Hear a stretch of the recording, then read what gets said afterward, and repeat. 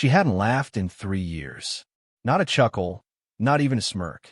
Therapists called her a locked vault. But that afternoon, when the greasy-handed mechanic sat beside her on the cold floor of a garage and told a story so absurd, she did something no one expected. She laughed. And her world cracked open. Before we dive in, drop a comment with where you're watching from, and don't forget to hit subscribe for more videos like this. Let's begin. The rain poured like sheets of liquid glass, slicing across the asphalt in the quiet backroads of Ridgeville.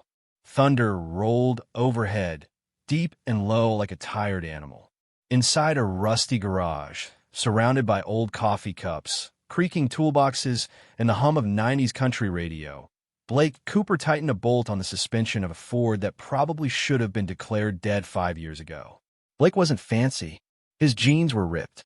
His boots were patched. His hands were rough. His face lined from years of doing everything on his own. He didn't talk much about his past, but the Army dog tag hanging from the rearview mirror in his office told part of the story. And the boy drawing spaceships on a cardboard box in the corner told the rest. Micah, 6 years old. Wild curls. Huge eyes. A little too quiet for a kid his age, but Blake was working on that. They didn't have much, just each other in a garage barely holding itself together. That afternoon, something strange happened. A black SUV pulled up. Not the kind with dents and dust like most of Blake's regulars. This one was polished, matte black, government plates. A bodyguard stepped out first. Square-jawed, earbud in, watching the perimeter like Ridgeville was crawling with snipers. Then she stepped out. Long hair, too perfect makeup, try to hide dark circles. Designer boots that didn't belong anywhere near a mechanic's shop. 17 years old, maybe, but her face? Her face looked like someone who'd seen too much and said too little. She didn't say a word. The man beside her barked at Blake. Fuel relay shot. Can you fix it? No paperwork. No questions. Blake wiped his hands and glanced at the girl. Yeah, I can fix it.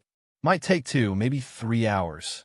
She just stood there, eyes vacant, hands shaking just a little, like she was trying to keep herself from falling apart. The driver huffed and handed Blake the keys. Then the girl did something unexpected. She walked past the office chairs, past the waiting room, right to the corner of the garage where Micah was building a cardboard city. She sat on the concrete, quiet, still, like she belonged in the silence. Micah looked up. Want to draw aliens with me? She didn't answer. She didn't smile. But she sat. And that was more than she'd done for anyone in 3 years. Blake didn't ask who she was. He didn't need to. Later, when the car was almost done and the driver wasn't looking, he checked the registration in the glove box. Savannah Hale, daughter of Ethan Hale, the tech billionaire who built the most feared cyber intelligence empire on the East Coast. She'd made headlines a few years ago after her mother died in a brutal crash on Savannah's birthday. Since then, she hadn't spoken a single word. Not to her father, not to therapists, not to teachers. They called her emotionally unreachable. But she sat on Blake's oil-stained floor. Not in a penthouse, not in a therapist's office, a rundown mechanic garage.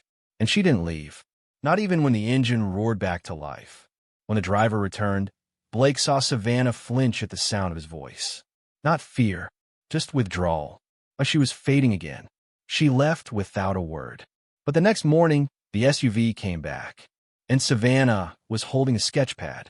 The garage buzzed with early morning heat and the smell of motor oil when Blake saw that same black SUV pull up again. Only this time, no driver stepped out to bark orders. No guard stood watch. Just her, Savannah Hale, alone. She pushed the heavy door open, clutching a sketch pad like it was her only shield. She wore jeans this time. Nothing fancy. No makeup, no entourage. Just a trembling breath and a silence that filled the space before she even stepped inside. Micah's eyes lit up. You came back, he beamed, holding up a roll of duct tape like it was a trophy. We're making a rocket today. Want to help? Still, she didn't speak. But something about the way her eyes softened, the way she slowly lowered herself back down onto the concrete beside Micah, said everything Blake needed to know. She wasn't here by force. She'd chosen to return. Blake leaned against the wall and watched. She didn't say anything, but she was sketching. Fast. Focused.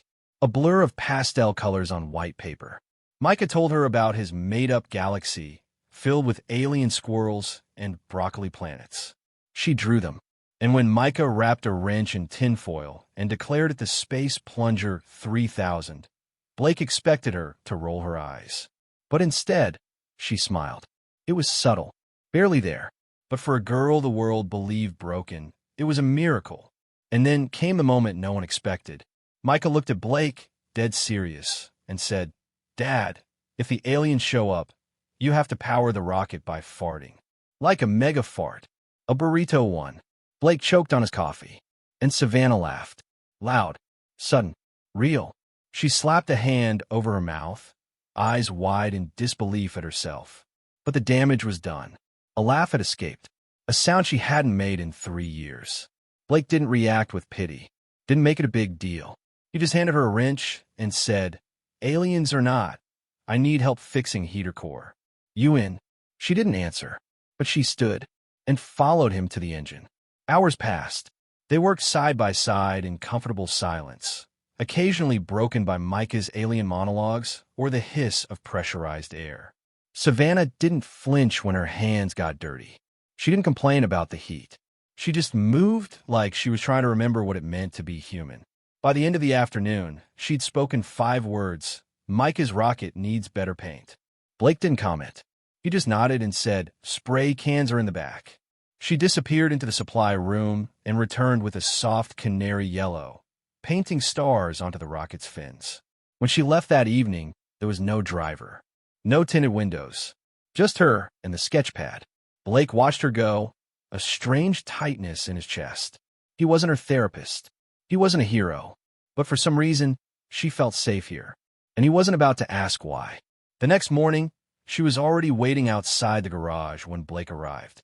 She had coffee, one for herself, and one for him. The moment Blake saw the Rolls-Royce ghost its way down the road toward his garage, his gut told him peace was over. It wasn't Savannah this time. It was her father. Ethan Hale stepped out in a navy suit that probably cost more than Blake's entire shop. His shoes didn't touch puddles. They avoided them. His jaw was tight, his smile colder than the metal trim on his car, and his eyes scanned the garage with calculated disdain, like even the air was beneath him. Blake met him halfway. "You're the mechanic?" "I am. My daughter's been here," Ethan said flatly, his voice sharp and corporate. "Twice." Blake nodded. 3 times. "She's inside." Ethan's eyes narrowed. "Doing what? Playing on your filthy floor?" "She's with my son, painting a cardboard spaceship. You want to see her, go ahead." But Ethan didn't move. "She's a Hale. She belongs in therapy, not in some rundown garage with some dropout who lets his son use auto parts as toys." That jab stung, but Blake didn't let it show. "She's not hurting anyone," Blake said calmly. "She's smiling. She's safe. That's more than I imagine she's felt in a long time." Ethan stepped forward. "She hasn't smiled in 3 years. Not once. And now, suddenly she's laughing with some mechanic." Blake interrupted, crossing his arms. "That what you were going to say? Just say it, Mr. Hale. I'm not your problem. But maybe the silence she's been living in? That might be." From inside, laughter rang out again. Not just Micah. Savannah. Ethan froze. Blake stepped aside. "You can go see her.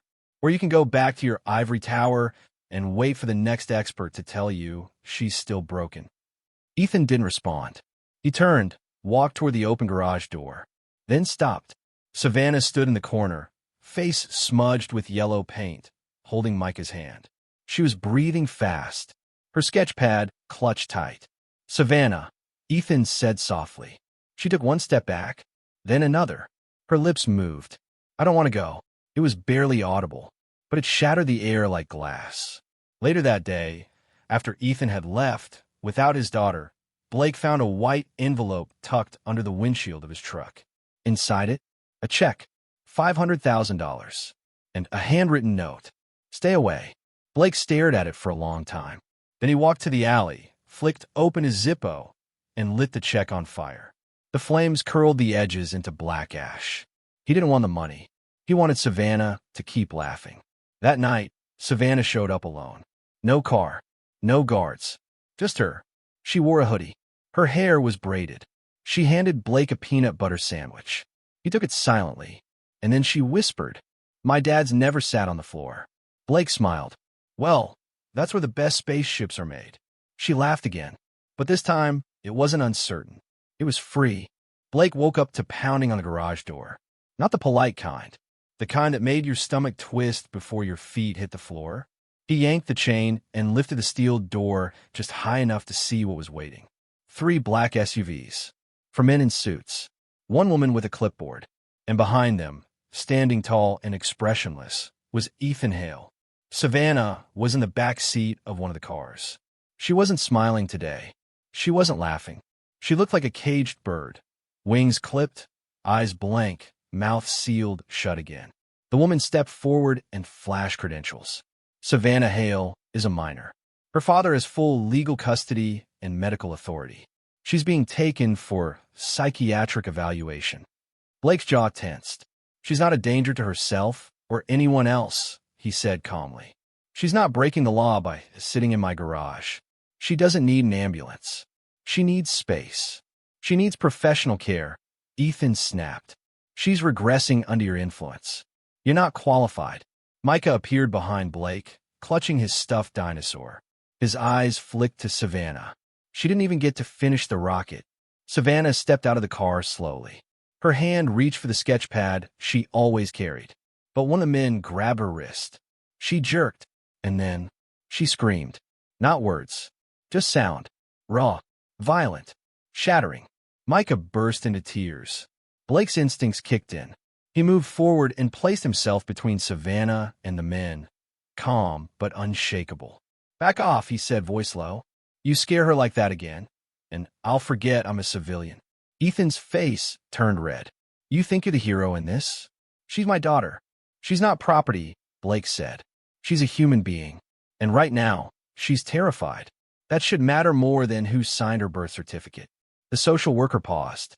She looked at Savannah, clutching Micah's drawing, her knuckles white, lip trembling. Then she looked at Ethan. "I need to make a call." She stepped aside. Ethan fumed. "This is outrageous. This is my daughter." Savannah cut him off. "I'm not broken," she shouted, voice cracking. "You keep sending people to fix me, but I'm not broken. I'm just not you." Everyone froze. The men backed off. Even Blake went still. It was the first time Savannah had raised her voice in years. Tears streamed down her face. But she didn't run. She stood her ground, breathing hard, shaking, but standing. That night, Blake set up the cot in the back office. Savannah stayed. No one came to take her. She helped Micah glue wings to the rocket and painted stars on his cheeks. Before bed, she whispered, "Thank you." Blake looked over and said, "You did that." "Not me." She smiled. "I screamed." "You sure did. And it felt good." He nodded. "Yeah, it did." 2 weeks passed. Savannah became a fixture in the garage like the dented red toolbox or the old fan that clicked when it turned. She was still quiet, but not silent. She still had dark days, but they didn't last as long. And most importantly, she laughed. Not just at Micah's alien jokes, but at Blake's corny Elvis impressions, at her own drawings, even in a moment last Thursday when she dropped a socket wrench on her foot and muttered, "That's karma for skipping leg day." She was healing, and she didn't even realize it. Blake's garage, on the other hand, was falling apart. Literally, when the contract to service the city's maintenance fleet came in, potentially worth enough to fix up the entire shop, Blake felt hope he hadn't dared to feel in years. But with that contract came a surprise inspection. The kind with clipboards, strict timelines, and zero room for failure. The morning of the inspection, everything went wrong. The hydraulic lift wouldn't rise. The fuse box sparked. The compressor leaked. And Blake? He stood in the middle of it all, trying to keep his breathing under control, while Micah watched from the corner, clutching his dinosaur again for the first time in weeks. Then Savannah stood up. "I can fix the lift." Blake blinked. "It's dangerous. There's pressure in the valve line, and..." She was already moving. Hair tied back, gloves on, focus in her eyes. Not like a kid trying to impress someone, like someone who believed she could do it. 10 minutes later, she had the side panel open, wires exposed, oil dripping down her wrist. She murmured to herself. Valves blocked by sediment. Needs pressure bleed first. Blake stared. She wasn't guessing. She knew. She'd been watching him for weeks. And now, she was doing. When the city inspectors arrived, the lift worked. The workspace was spotless. And Savannah stood beside Blake, engine grease on her cheek, clipboard in hand. "She your apprentice?" one of the inspectors asked. Blake smiled. "Something like that." They passed the inspection with flying colors. That night, Savannah sat on the floor with Micah, building a new cardboard robot. Her hair was messy. Her jeans were torn. She looked happy. Not healed, but healing. Ethan showed up again. But this time, there was no yelling. No suits. No guards. Just a father holding a takeout bag and a stack of her childhood drawings. He stood at the edge of the garage, unsure, then slowly knelt down on the floor. For the first time in her life, Savannah saw her father sit on dirty concrete. And not complain. She walked over, sat beside him. He whispered something. She listened. She didn't smile, but she didn't leave. Later that evening, as Blake locked up the shop, Ethan approached him. "I was wrong," he said simply. Blake didn't say anything. "You didn't fix her," Ethan added. "You just let her be." Blake nodded. It's amazing what happens when you stop trying to fix people and just give them space to be human. Ethan looked at his daughter, painting a solar system on Micah's cardboard helmet. "She never had that. Not even from me." "You've got time," Blake said, "if you're willing to sit on the floor." A month later, the garage had a new sign. Cooper and Hale, Automotive. Beneath it, a smaller one. Rocket ship building after 5 p.m. Savannah taught Micah how to use airbrushes. Blake taught Savannah how to run invoices. Ethan came by every Friday with dinner and stayed to help clean. And sometimes, just sometimes, Savannah would stop mid-drawing, look at Blake with a small grin, and say, "You know, you still owe me a burrito, fart-powered rocket." Blake would groan, Micah would cheer, and Savannah would laugh. Loud, free, unapologetically alive.